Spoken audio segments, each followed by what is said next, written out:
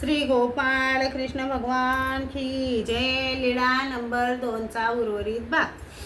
मग भट्टोबासांनी प्रतिज्ञेची सुपारी दिली, दंडोते घातले, श्रीचरणाला लागले. सर्वज्ञ म्हणाले, स्वदेशी संबंधित राज्य, स्वग्राम संबंधित राज्य, संबंधियाचा संबंध तो विशेषता राज्य, संबंधी अधिकारू नाही, संबंधी विकारू रसी अभिमुख, सेवानिवृत्ती, नावडत सेवी, तोची आवडोनी टाके. मग सांडी ताई न संडे, ऐसा विको बापुडा, जो सेवित साता आपुल्या मोहरा न करी. विषय संबंध मात्रे जीव काही गा जातू असे, परी सेवित साता तिये एकी गड दरा घाली.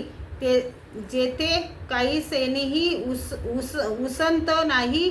यावर सर्वज्ञांनी तूर गामाचा दृष्टांत निरूपण केला. ब्रह्मचारी घोडा असे तो अवचटे सुटे, घोडी येसी लागे, राहो व्याहाळीये बाहेरी निघे. मग म्हणे, हा रे हा मागीला पायी लिंबडू का. तो म्हणे, अभय देसी तरी सांगेल ना, सांग. मग तो म्हणे, हा दोडी यासी लागला. मग तो राहो म्हणे, यासी ओलावन करी. दुना खान लोन ते तो करी. मग तो मागिता बडासी ये, परी राजवाहकू नव्हे. तोची जरी मागोता सुटे, तरी बडासी न ये. तसा तोची आवृत्ती सेवी, तरी वल्लो आणतू पडे.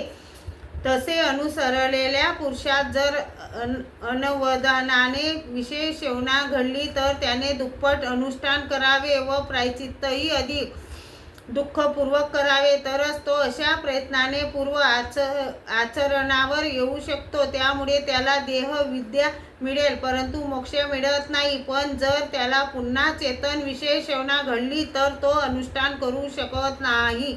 श्री गोपाळ कृष्ण भगवान की जय.